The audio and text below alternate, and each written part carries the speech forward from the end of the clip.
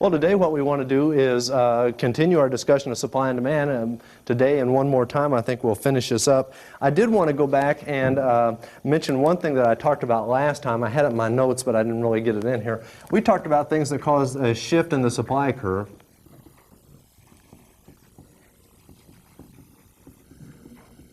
And I gave you a list of several things, change in the number of firms in the industry and so forth. I want to add one thing in there, resource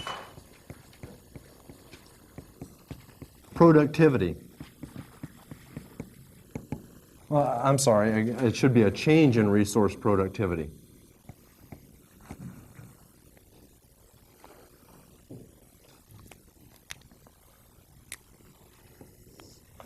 And after we talk about this for just a second, we'll go on.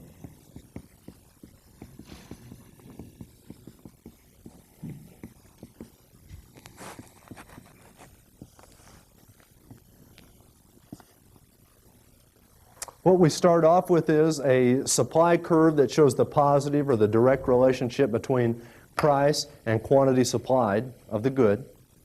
Okay, there's a direct relationship. And then what we say is, you know, this good X that we're talking about here, X is produced by land, labor, capital, and of course entrepreneurship produces that good X. And so the question is, what if the workers, let's say, become more productive? Let's say on one day, and we talked about a very similar thing, and that's why I didn't talk about this when it was time in my notes. We talked about something similar before, which was technology. Suppose technology, we had better technology, your workers would be able to produce more. But this is a similar idea. Suppose that the workers could just produce more. They just became more efficient. What would make workers more efficient? How about education? You guys are getting education right now. Well, not at this moment, but I mean in college in general. So you're becoming educated. That will make you more productive, right? So that would be an example of something that makes workers more productive. Something else that makes workers more productive is experience.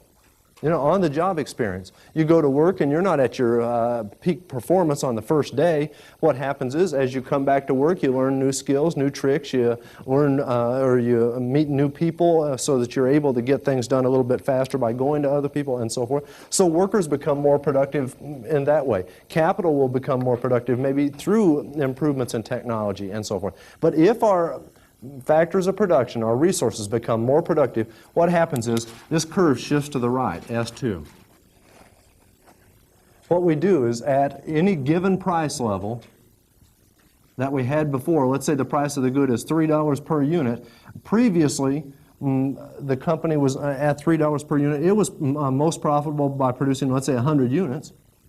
And now that the resources are more productive, even though the price is the same, the company is maximizing its profit by producing here 130 units, additional units, because it's getting more output from each dollar spent on, you know, hiring resources. So anyway, this should just go in. I can't remember if I had, let me count those, 1, 2, 3, 4. I'd given you 4 things before, so you can let this be number 5 if you want, or give it a different number, or squeeze it in the middle, however you'd like to do that. Okay? A change in resource productivity. And again, it's possible this curve would shift to the left if resources became less productive. Usually that doesn't happen, but that's possible. How would resources become less productive? How about this happens? Suppose that you've got a situation where start off, you're paying workers according to their production level. The most efficient workers get paid the most. The least efficient workers get paid the least. Suppose something happens where you just come in and say, all workers get paid the same. This is just a hypothetical. All workers are paid the same. I don't care if you're the most industrious. I don't care if you're the laziest. Everybody paid the same. If that happens, then some of the most productive workers will say, oh man, since I'm not going to earn so much, I'm not going to work so hard. I'll just kind of take it easy. And so workers would then, some of them, become less productive, and this supply curve would shift to the left, to S3. It's not going to make anybody more productive. It's going to make some workers less productive. So anyway, it's possible for resources to become less productive, but land and capital, they don't get less productive in that same way, you know, if you start saying we're going to pay everybody the same. And the reason they don't become less productive, they're not human. They are non-human resources, and they just do whatever, you know, if you flip a switch, they work. Or they don't work, but they don't work or not work depending on the price that you're paying them. Anyway, so add that to your list of things that shift the supply curve, and now we'll go on. What I want to talk about for the first few minutes is what I ended up with last time. I was again going back and probably boring you with it, but reiterating the point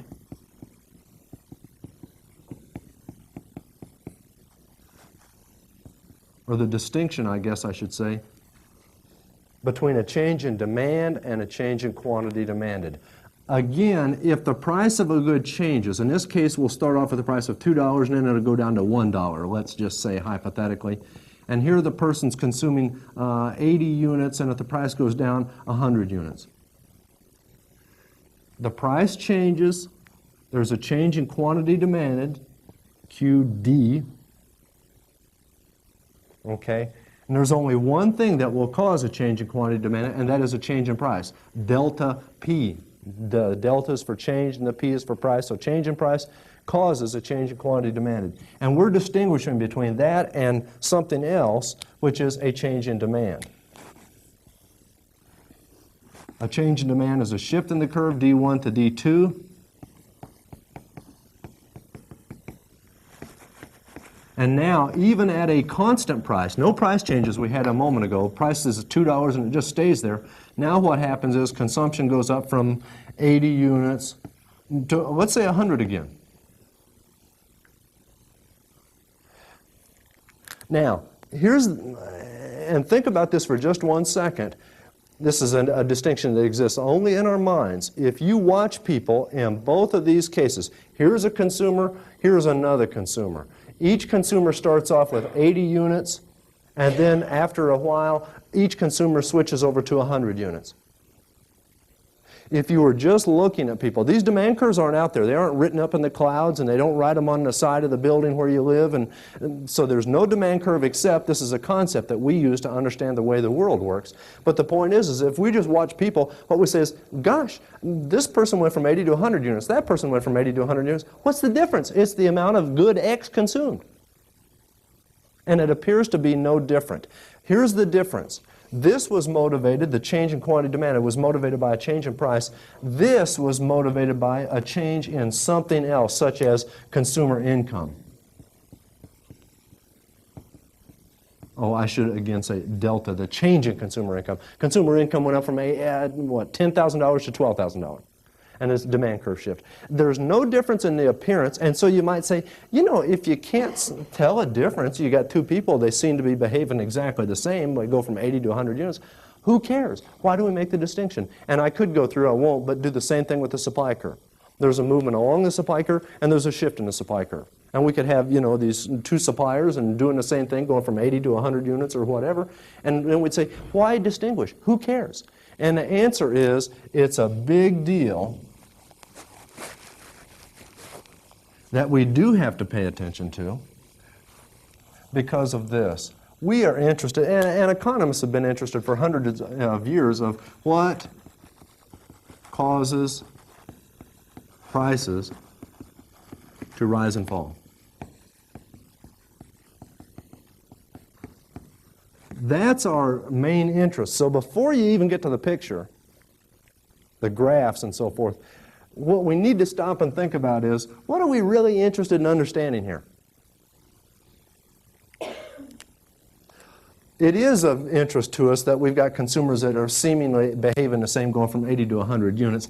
But really, that's not why economics has studied markets and so forth, to say, oh, why did this person do this and another person do the same thing or something different. What we have is a broader interest. Why do prices rise and fall? And so here's the deal. A change in demand, I didn't write this down here, but change delta sign D, a change in demand, that has the power to cause a price change. Change in demand. will cause a price change.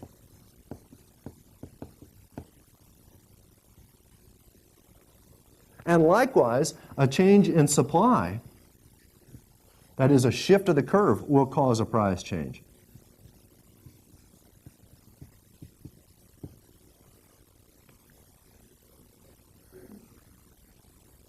So the shift in the curve causes a price change. On the other hand, if there's a change in quantity demanded,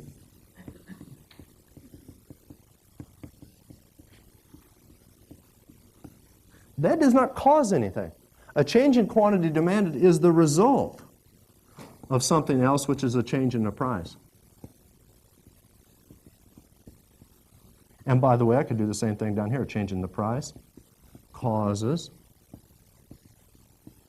a change in quantity supplied.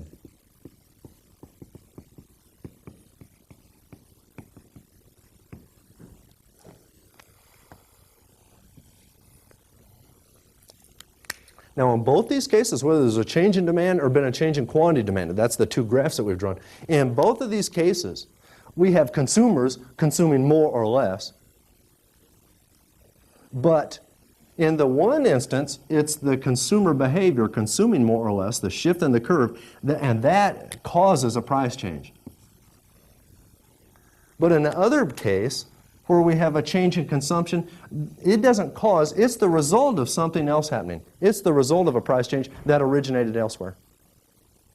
And so our main interest, ours as economists, is to understand how markets set prices, why prices go up, why prices go down. That being the case, we need to be real clear and not think, let me get that little star out of there I made, and not think that, oh yeah, look, changes in quantity demanded, that's going to cause prices to change. No, it won't. It's the result of a price change. It's not the cause. Okay? These things, and again, I'll just use the red, these things are price determining the change in demand and the change in supply. Those determine price. And these things over here, the change in quantity supplied and change in quantity demanded, those are price determined. Price determining versus price determined, the result of a change in price. And because of that, because only the shift in the curve can cause a price change, economists say, man, we got to be careful and not just say, oh yeah, they're consuming more. But why are they consuming more? If you're consuming more because this demand curve shifted, more consumer income, change in the price of related goods or whatever, if you're consuming more for that reason, then that's a shift in demand. It will determine the price. It will determine a price change. But otherwise, it's only the result. It's only the outcome. So anyway, I'll tell you what I told you before, which is you can count on that being on the first test, and you can also count on that being on the final exam, where that you'll need to be able to distinguish between a shift in demand and a change in quantity demanded. The way that a test question might be worded, I'm not making up the test right here, but the way a test question might be worded is it might say something, which of the following cause quantity demanded to change? And then there might be a choice, A, a change in consumer income. B, this is which cause a change in quantity demanded. A change in income. B, a change in the price of related goods. C, hey, I seem to be going in here. C, change in the price of the good. Well, there's an example for you right there. Oh yeah, the change in the price of the good, that causes a change in quantity demanded. There'll be test questions, and more than one, where you need to be familiar with this. And as the semester goes along, we'll run into this same kind of deal again. Okay, are there questions about this?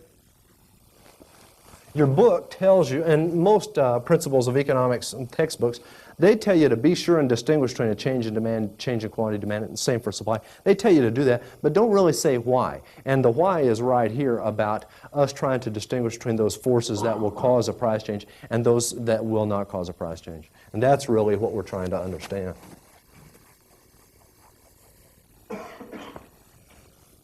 Okay, the role played by prices.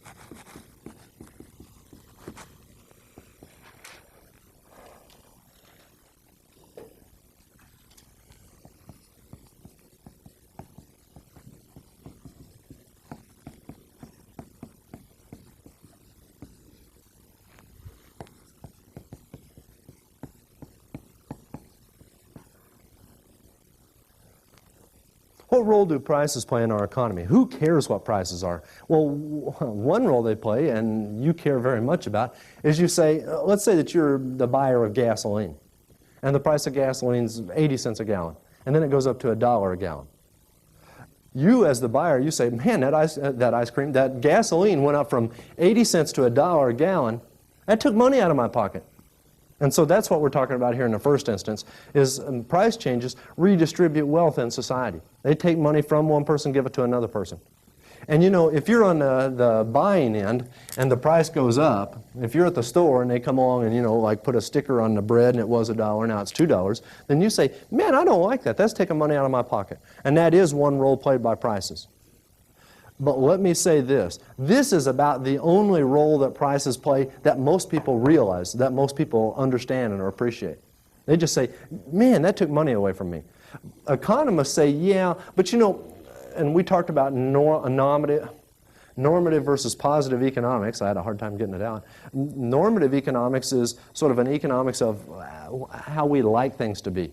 Desirable versus undesirable. Positive economics is just trying to understand how something works, or predict how it's going to work next, but without taking sides, who's good and who's bad. If we do this positive economics without deciding who's good and who's bad and so forth, when an economist sees a price change, the price of a good goes from $1 to $2, you as the customer or you as a seller, you say, oh, that's either good or that's bad, but the economist says, I don't know, good or bad. It just took money from one person, gave it to another person. I'm not on the side of one and against the other one, so that's not good or bad to me. That's what the economist says.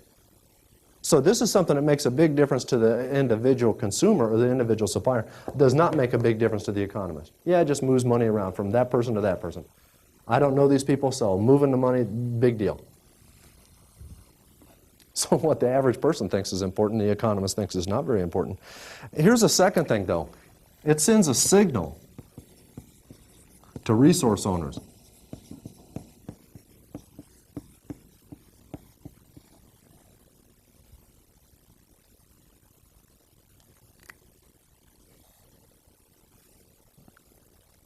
A signal. Now, this is the thing that the average person will not understand. I don't mean you can't understand. What I mean is this is something the average person doesn't normally think about or realize.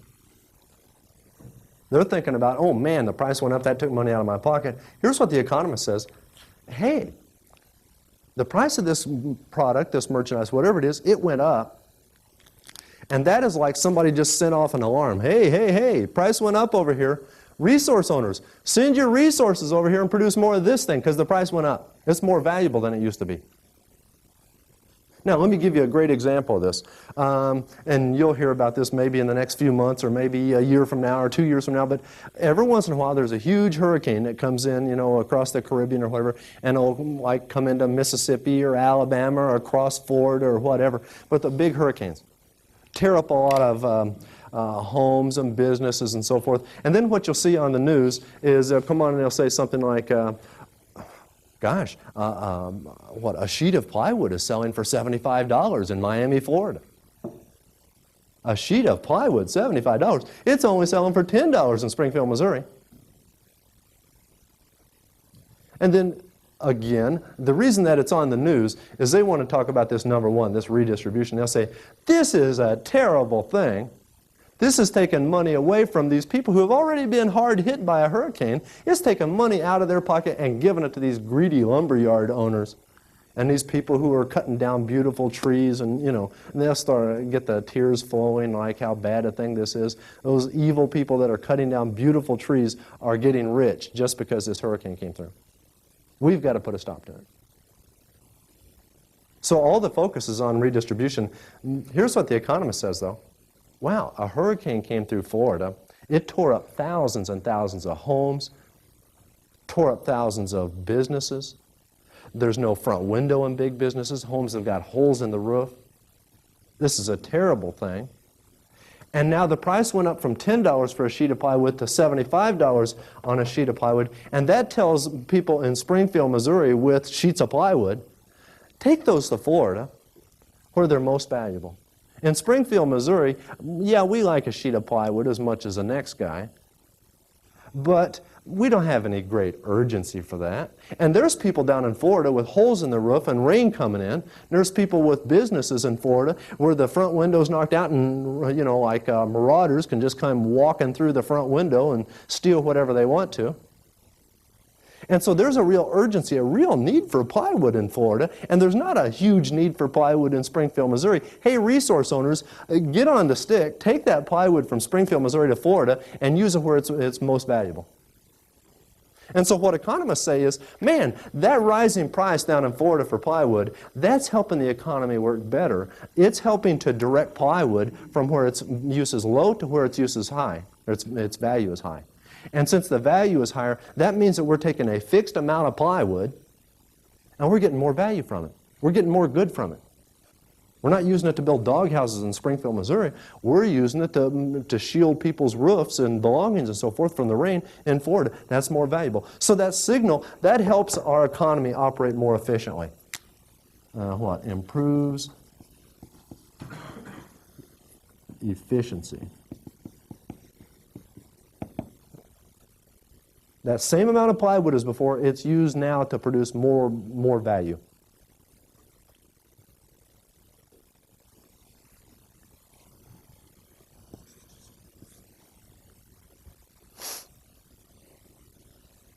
By the way, I could go through a lot of lists. How about something like this? Frost comes through California and Florida. There's Florida, keeps working into these examples. A big frost comes through, let's say, Florida, and it freezes the oranges. And the oranges fall off the tree, and they're just mush and no good, and the cows come in and just eat it off the ground. I don't think cows eat oranges, though, do they? Yeah, maybe they do. Anyway, so frost comes through, it freezes the trees, the oranges drop to the ground, the price of oranges goes up. What kind of a signal is that? There's a couple of signals. Number one, the signal is this. Hey, if you've got oranges any place in the world, send them to the United States because our supply of oranges is down right now. We've got a shortage of oranges. So that's the first thing that happens is the signal is the people overseas, I don't even know where they grow oranges, but overseas, send your oranges to the United States. And there's another signal that goes out to consumers. And the signal is this. Hey, oranges are in short supply. And so if you want to eat, or drink some citrus drink or eat some kind of a citrus fruit, go ahead and do that. But it sure would be good if you would sort of not eat so many oranges and eat more of other citrus crops which were not destroyed in this freeze. There's a shortage of oranges. There's not a shortage of grapefruits. And that being the case, then the price goes up and consumers start saying, man, oranges are too expensive. I'm going to eat more grapefruits. I'm not going to eat oranges. And what's happening is consumers are voluntarily helping out with this problem. They're helping out by saying, I don't need oranges as much as I used to. I thought I needed 2 oranges a day. Now I don't. I'm eating 2 oranges a week. And that helps alleviate the shortage that was created by this frost or this freeze.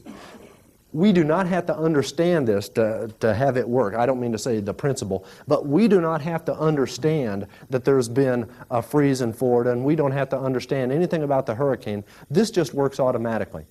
A person in Springfield, Missouri with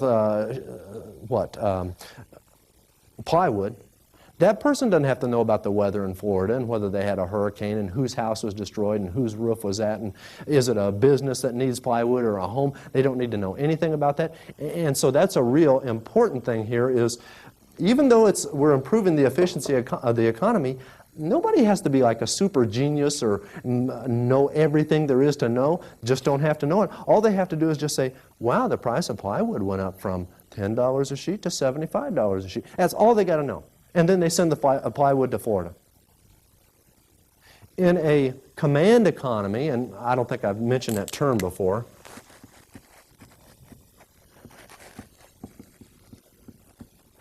command economy is one more like socialism or communism and so forth, but there are other isms that we could mention. But anyway, a command economy is one, unlike a market economy. That's what we've been talking about, it's a market economy. That's where we have prices. But in a command economy, what they have is a central decision maker. And that decision maker decides things. Now, it might be the Politburo, it might be a bureaucracy, it might be an elected bunch of decision makers, it may be a dictator or whatever, but there's somebody making a decision, okay, let's move plywood from this point to that point. And I'm saying if we operate in a command economy and they have a hurricane in Florida, no more plywood will move to Florida until the person making the decision says, move plywood from Springfield, Missouri to Florida. That person has to have information. That person has to know there's been a hurricane. As a result of that hurricane, there's a need for plywood. Here's another town, Springfield, Missouri, that has plenty of plywood and no local emergencies or things like that. So let's give the order to move plywood from Springfield, Missouri to Florida. In a command economy, we have to have not geniuses so much, but people with lots of information in order to make this work. Information is required. And you might just say, well, hey, everybody knows about a hurricane that went through Florida, the CBS Evening News talked about it. And that's true, but there's a lot of stuff going on in our economy that are not so dramatic and not so big that the CBS Evening News doesn't talk about. And if we want to get the plywood and toothbrushes and socks and basketballs and all the thousands and thousands of items into the hands of the people who value them most, we need to have some way of signaling resource owners where those resources are valued most, so that we don't have to have one person or a small committee or a bureaucrat sitting around and processing all the information in the world about every rainstorm, every hailstorm, every hurricane, every cold snap, everything that happens in the world, and decide how to shift these resources around and put every resource into its highest valued use.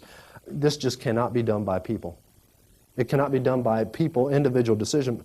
Let me not say it that way. It cannot be done by people from some central location. The way that this works most efficiently is to have the signals coming out in each particular case. Maybe you have a unique need for some kind of a medicine or whatever, and nobody even knows you exist. In a command economy, you wouldn't get it if they don't know you exist. But in a market economy, if you have some unique disease and you need some particular medicine, then what you can do is say, hey, I'll pay a lot for it. And then people who have that say, oh, well, I've got it for you. And there's no decision maker has to know about that. So this signal, which improves the efficiency of the economy, I'm saying this requires nobody to know everything. It doesn't require people to know very much. And that is a real attribute. It's a saving grace, because there is nobody who knows enough to manage every little aspect of an economy. That is one of the reasons that the Soviet economy fell apart, the Soviet Union. Now, of course, we say Russia because there is no more Soviet Union. But one of the reasons that that economy fell apart was they were trying to make decisions from Moscow. And there were so many things they did not know, they were unable to get resources to where they were most valuable. Things would happen like this, and then I'll go on with the next point. But things would happen like this. People in Moscow would say, man, I like, fruits and vegetables and fresh meat. I like those things. But the central decision makers, they wouldn't really pay much attention to that. And so there was plenty of fresh meat and vegetables and so forth out far, far away from Moscow, but it wasn't getting to Moscow. Why not? Well, the people in Moscow couldn't afford or couldn't pay these high prices because there weren't just stores the way that we have stores. There were stores, but they didn't have market prices that were freely determined by supply and demand. The price was something that the central administrator just said, here's the price you're going to charge. And so the price was set low. The person in Moscow who was making decisions said, people will be up in arms if vegetables are expensive or meat's expensive, so let's let the price be low. And so the low price in Moscow means that the people out in the provinces, or whatever they call them there, that they did not bring the food and the vegetables and so forth to Moscow because there's a low price. Later on, in the latter days of the Soviet Union, what happened was black markets started up. They call them black markets. They're illegal markets, but not very much sort of policed. But illegal markets, they started up, and prices started rising in Moscow. So what people would do out in the hinterlands is they would get the meat and the vegetables and so forth, and they would go down and get on an airplane, believe this or not, get on an airplane and fly to Moscow and sell their meat and vegetables, and then get on an airplane and fly home. And they were doing that because there was a big demand, high price in Moscow. Now, the reason that they were flying on the airplane was the central decision maker was still setting airplane fares. And those fares were still set low. So it was possible to just fly around the country, without it being very expensive. So people would fly into Moscow and sell some of their merchandise and then fly home.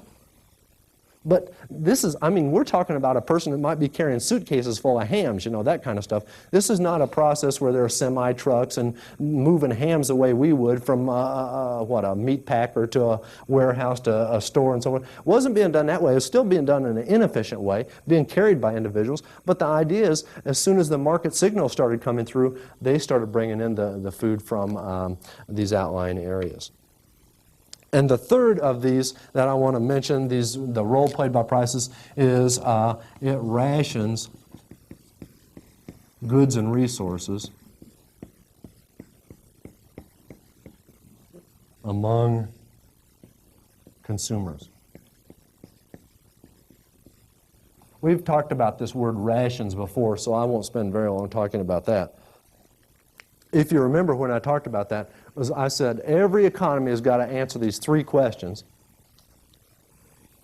What will be produced? How will it be produced? For whom will it be produced? And that's when we got into rationing, the for whom. There's different ways of rationing. We've obviously talked about that. What I said was we could ration by first come, first served. Whoever gets in line first gets the merchandise. The way we do it in a market economy is we ration according to price.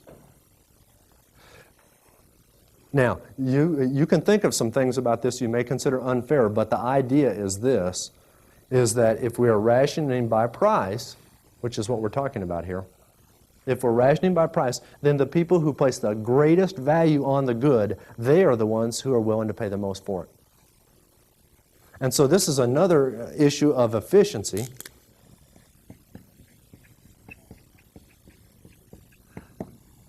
By rationing by price, the people who place a high value on this, they are the ones who get it. And the people who place a low value on a good, they don't get it. And so this rationing method we have, it's a method that tells the people to get out of line if they don't place a high value on the good. So if we have, and you can just name the product, whatever it is, let's say tickets to a basketball game. If you're just a huge basketball fan and somebody else over here just says, yeah, basketball, I can take it or leave it, you're going to be willing to pay the most for that ticket. And there's only so many seats in the arena, and the people who like to see basketball the most, they're the ones that are going to be sitting in that seat. And the people who say, basketball, I can take it or leave it, since the price is high for the ticket, they'll say, I'll just stay home. Or I'll go do something else. I won't take up that seat. So we have a limited number of seats to the basketball games, and the seats are occupied by people who are willing to pay the most under this rationing method, and those are the people who value the game the most. Questions about this? Okay. So, and let me kind of come back. I only talked about it at the start. What I'm saying to you is this. The general public understands, number one, that role played by price, and that's as far as the general public thinks about it. Higher price, that means I got to pay more. That's more money out of my pocket. I don't like it. And I'm saying that's the one the economist doesn't care about, because the economist doesn't take side. Yeah, it's money out of your pocket, but it's money in this guy's pocket. And so what? What the economist sees is how price, rationing by price, and using price as a signal, how that makes the economy operate more efficiently. It means the resources get used by the people who value them most. They don't stay out here in low-value uses, and it means the people who actually get the good, they are the ones that place the greatest value on them. This is an important thing for making the economy operate efficiently. Think of that example I gave a moment ago about Moscow, how there's this high value placed on food in Moscow, vegetables and so forth. And at the start, it's not being brought in, and all of a sudden when price comes in, yeah, it is brought into Moscow. Okay? And so that makes that economy operate better. But think about the other example of riding on the airplane to get there. Riding on an airplane, that's a stupid way to carry vegetables, you know, and hams and stuff like that in suitcases or in boxes or on your lap. That's a dumb way to do it. But people were moving food that way, that dumb way, because we did not have a market system. They had a command economy setting these artificially low prices for airplane tickets. So it's a matter of efficiency and getting the most from our resources. Let's go on and talk about another topic, price ceilings.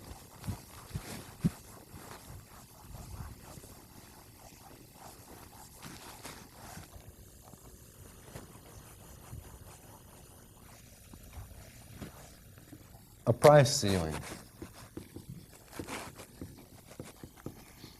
or let's give a definition. A legally, how about legal maximum price?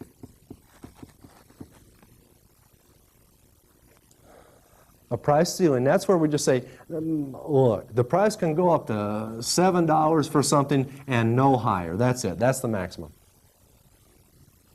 That's an example, of course. I don't know anything with a maximum price of $7, but that would be an example of something.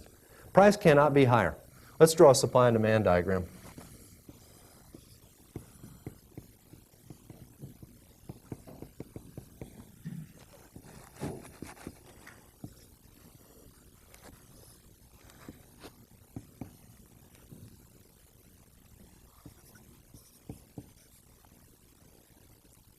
Here's a diagram. We've got $7 as the price. By the way, when you're drawing your diagram, put this $7 price, this legal maximum, put that below the equilibrium price.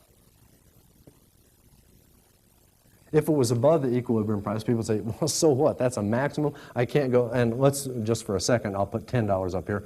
If you said there's a legal maximum, $10, you can't set the price higher than $10, people would say, so what? Don't want to. Want the price to be right here. So anyway, the point is if the price is above equilibrium, it's as though there's no law, as though there's no legal maximum. So the only maximum prices that we care about that have an effect are those that are below the equilibrium price. Because the tendency is to set price here at the equilibrium, and now somebody's saying, you can't do that. You can't put a price that high.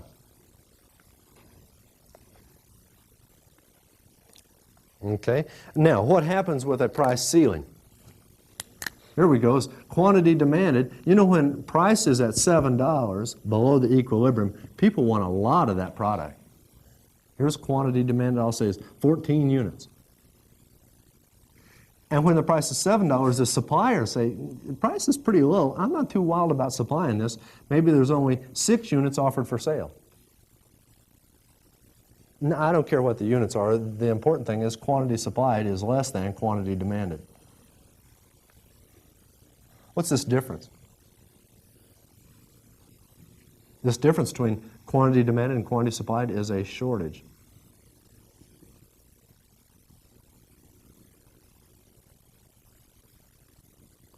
So what I'm saying to you is if there is a law, this is something that the government would do, if there is a law and it sets a maximum price on something, and again, assuming it's below the equilibrium, which that's the way they set maximum prices. They don't come in and say, okay, well, let's let it be $1,000. They say, let's set the maximum price below the equilibrium. If they do that, the result will be a shortage. Now, when do they do this?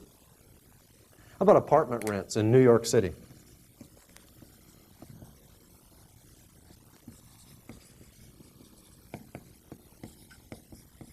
They have rent control in New York City. And rent control would be an example. Maybe rent not with $7. Well, if it was a really bad apartment. Maybe the equilibrium rent in the market might be, let's say, $800 a month. And maybe rent control, $400 a month. Something like that. If there is rent control on apartments, then what happens is there'd be a shortage of apartments. Wow, I can live for $400. That's great. People start saying, I want to move to New York City. I can live for $400, you know, the apartment for $400. So there's more and more people that want these apartments. And on the other hand, people who own the apartments that are renting them out, they go, $400? I can't pay the taxes with that. And they're always sort of encouraging people to move. Or, you know what else they do? They convert these into condominiums or tear the building down and build like retail shopping space or something like that. But the desire by the landlord in this particular case is, let's tear this building down or convert it over to something else. I'm not making any money with a $400 rent.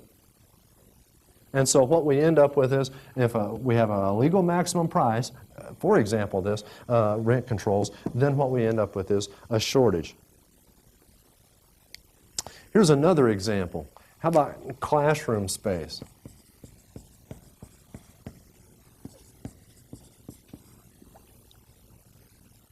Here's what we do at SMS and at most all colleges and universities. What we do is we come along and we just say something like this. Okay, we charge $100 per credit hour. And I don't exactly know what the tuition is here, and don't care, whatever it is. Well, I mean, I do care because I sympathize with you, and I also care because I get paid out of that. So, sort of back to our redistribute, you know, a high tuition, it hurts you, but it helps me, unfortunately. But what I'm saying is our example here is it's not critical whether it's $100 or $80 or $200, but just the idea is we'll come along, we'll say something like this, $100 per credit hour. Let's draw a couple demand curves. These are seats in class. Here's dollars. Here's the demand curve for seats. This is per hour. This is the demand for seats, let's say at 3 p.m. And here's the demand for seats in the classroom at, let's say, 10 p.m. 10 a.m., sorry, not 10 p.m. 10 p.m. you should be home and getting ready for bed. And then we'll say something like this. Here's $100 an hour. Price. And one more thing I need to add to my picture. We have a certain number of classrooms. Like here's the supply of classroom space. There's only so many classrooms, right? So many buildings, each building's got rooms in it, and so many rooms, and each room's got so many seats in it. And so we've got a fixed supply of rooms. I drew that wrong. Sorry about that.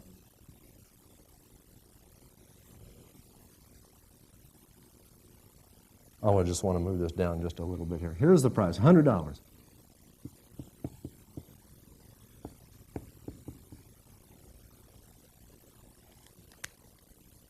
Well, 3 p.m., quantity demanded is this many, let's say 1,000 seats. Maybe what we do have is 3,000 seats. I don't know how many we have on campus. But what we say is, gosh, 3 p.m., the quantity demanded is 1,000 seats. We've got 3,000 seats available. We've got a surplus. We've got plenty. But over here we go at 10 a.m., we've got a desire for 4,000 seats.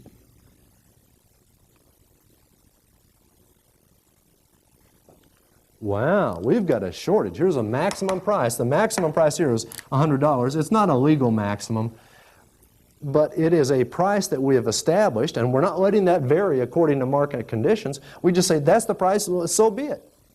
And what I'm saying to you is there's a greater quantity demanded during the prime time. Prime time. When's prime time on college campus? I'm going to say from 9 to 1 p.m., 9 a.m. to 1 p.m. Sometime along in there, that's when most people want to take classes. So during the prime hours, there's a big demand for classes. And quantity demanded actually is greater than quantity supplied. And, you know, colleges, not this one, but all colleges, what they do is they have these little charts that they make about occupancy rates and so forth. And what they find out is occupancy at 10 o'clock in the morning is pretty much 100%. Every room's pretty much full. And then at 3 o'clock in the afternoon, you walk up and down the hall and you look in the rooms, and maybe out of, you know, if the hallway's got 10 classrooms, maybe there's only 4 classes meeting in the afternoon. So what I'm saying is that policy of just setting one price, here's $100, take it or leave it, that creates a shortage of classroom space in the morning, in the prime hours. It also creates a surplus at other times. We'll come back and talk about that in just a moment. But anyway, this is why your classes fill up. Your 10 o'clock classes, you go and it's time to sign up for class, and oh man, that one I want to take, that's full. The reason it's full is we just fixed the price like this at one level. And now here's the market clearing price. Well, by the way, I've used the term equilibrium before. Let me use this term, market clearing price. That's where quantity supplied equals quantity demanded. The market clearing price would be up here at some higher level, let's say $130 an hour.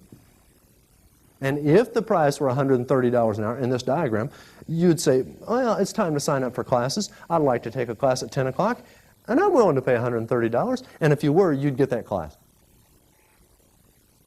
But right now, you may be willing to pay $130, but you can't get the class because there's no way that this has worked out where you can pay $130 an hour.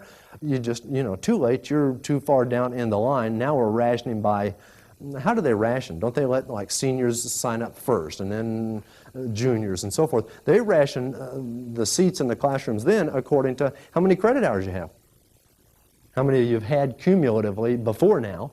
That's how it's rationed, not by price. And so maybe you're a sophomore and you want to get in the class and you just can't get in. And you know what they tell you? Wait a year or two and you'll be able to get in. So anyway, that's the problem here with classroom space. We set the price and there's a shortage during the prime hours because we're not setting a price that's market clearing, not the equilibrium price.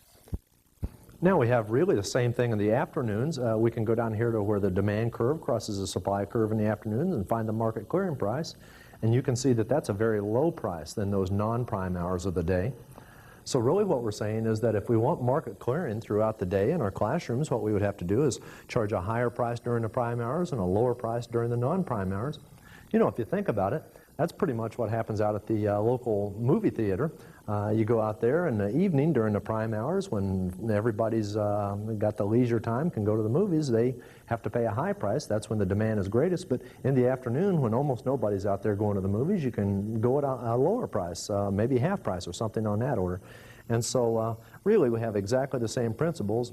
The one difference is a university is not set up to earn a profit, so they don't pay so much attention to supply and demand, whereas the people who own movie theaters, they do pay attention to supply and demand because they are trying to earn a profit. And so they are going to be charging something much closer to market clearing prices. Let's go on and talk about a price floor. A price floor is just the opposite of a price ceiling.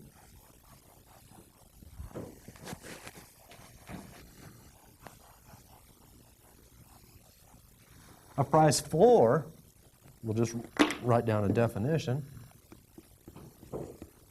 A price floor is a minimum price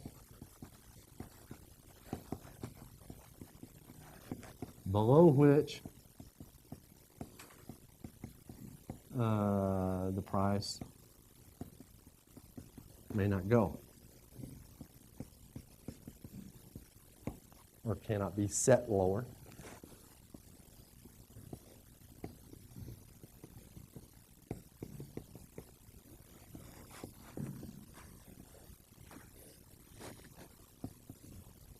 Here's the equilibrium.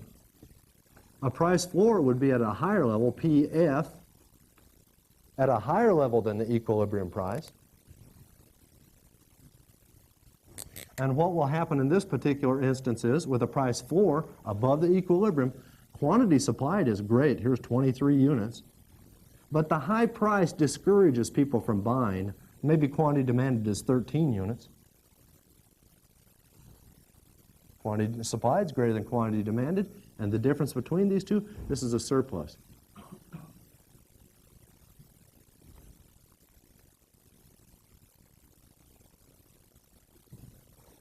What we'll do next time is I'll give you an example of a price floor, and we'll go on and talk a little bit more about this. See you next time.